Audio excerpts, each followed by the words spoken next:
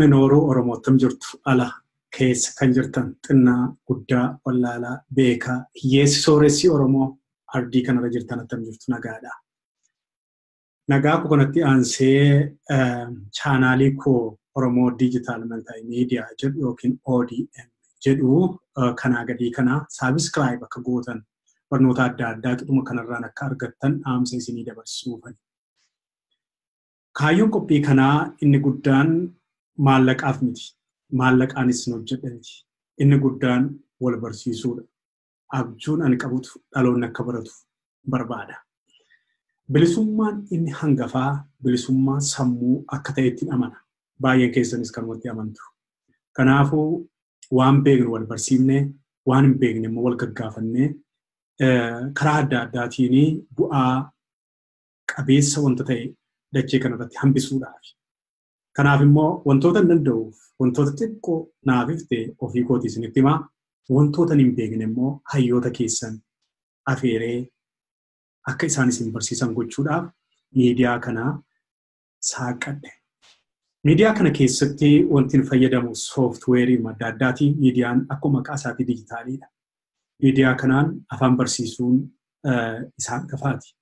Gara fuulduraatti afaan Oromoo daa'imman diyaaspooraa keessa jiranii fi faranjii isa ta'u gurraacha adii namoota afaan keenya barachuu barbaadu karaa salphaa ta'een bifa appilikeeshiniitiin geemii adda addaatiin bifa nama hawwisiisuun isin barsiisuudhaaf kaayyoo koosa tokkodha. Hojiin kun garuu kophaa kootti natti cima. Ogummaa waa hundaa isaanii hin qabu. Ogummaa kana hojjechuudhaaf namoota IT'dhaan software engineering warra baratan na barbaachisu.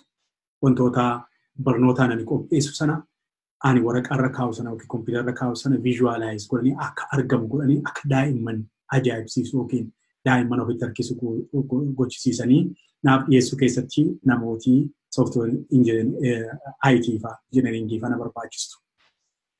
Egaa kan akka hojjennuuf maallaqan isinii kennuu hin qabu. Ofii koos maallaqa ittiin argattu. Garuu Oromummaa yoo sitti dhagaamee fi Oromoo kan jaallattu yoo taate miidhamtee illee saba kee gargaaruu kan barbaaddu. Seenaa lafa kaa'uu kan barbaaddu yoo taate naquun nan teessoon koo kunuuti. Karaa kan biraatiin egaa inni lammaffaan immoo barumsa adda addaa gama siyaasaattis, gama hawaasummaa, gama qorannoo adda addaatiin, gama qonnaatiin ta'uu danda'a. Muuxannoowwan gamana jiran kanaa gama keenya Oromiyaa keessatti dhaqee akka inni hojiirra oolu irratti immoo muuxannoo hayyoota yuunivarsiitii adda addaa barsiisanii bifa miidiyaa kanaatiin isinii dhiyeessa. Kanaaf immoo jalqabeera. Hayyoota keenya akkuma argaa jirtan kana yuunivarsiitiiwwan bebbeekamoo biyya Ameerikaa kana keessa jiraatanii fi biyyoota biraa jiraatanii dudubbisee muuxannoo isaaniirraa akkamittiin Oromiyaa keessatti hojiitti hiikama kan jiru isiniifan dubbisa. Egaa wanti guddaan walitti himanii wanta walitti himanii sana immoo walii daddabarsinee muuxannoo sanaan immoo Oromiyaa gaaf tokko badhaateef guddatti tokko wal agarsiisuufidha. Miidiyaan kun kanaaf oola. Kanaaf chaanaalii keenya kana YouTube chaanaalii kana subscribe godhaa. Peejii kanas follow godhaa. Irraa baradhaa. Qeeqaa iddoo inni jiru monatti himaa. Waan hundumaan guutuu miti nuti. Walitti dhufnee garuu guutuu taana. Fayyaa ta'aa. Subscribe gochuu hin dagatiinaa. Rakkina qabnus nutti himaa. Ulfaadhaa fayyaa. Summi makame nadi bareedaadha kamminyaa ajjeesu adeemsa fuula hin qabne karaa dhokataadhaan jarmii tokkummaa jisu irra keessaan simatee garaansa olkaa kan jawween itti galu hatteen nu keessa jira mataa dhofateeti kan du'aaf nu daldaalu.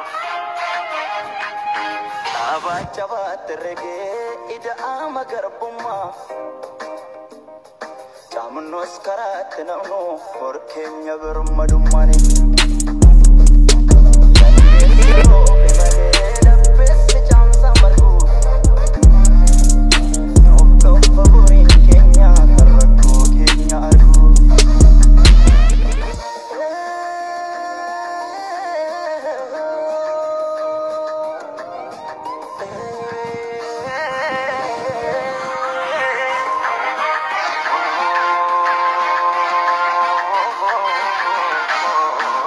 Shalom irra keessan fira dhiigaati garuu garaan soorma sanyii daawit facaase kichuu mudhiisa mucaasatutti morma yoo harreen gaanfa baafte gowwaan gamnoomeeti dubbii haalaa hubata sammuun ogummaan guute hasakatta'u kanaaf rakkoon dhaloota yeroon bultee bubbulteetti lafee taati dubbiin bultee sakana hin qabnu jajjabina ormiin hin sukku maaliif walitti onwal ibirootaam lamaanuu qomoo tokkicha orma gidduutu wallolu meekottaa jibba dhiibneetu araaramnaannus tokkummaan keenya galuu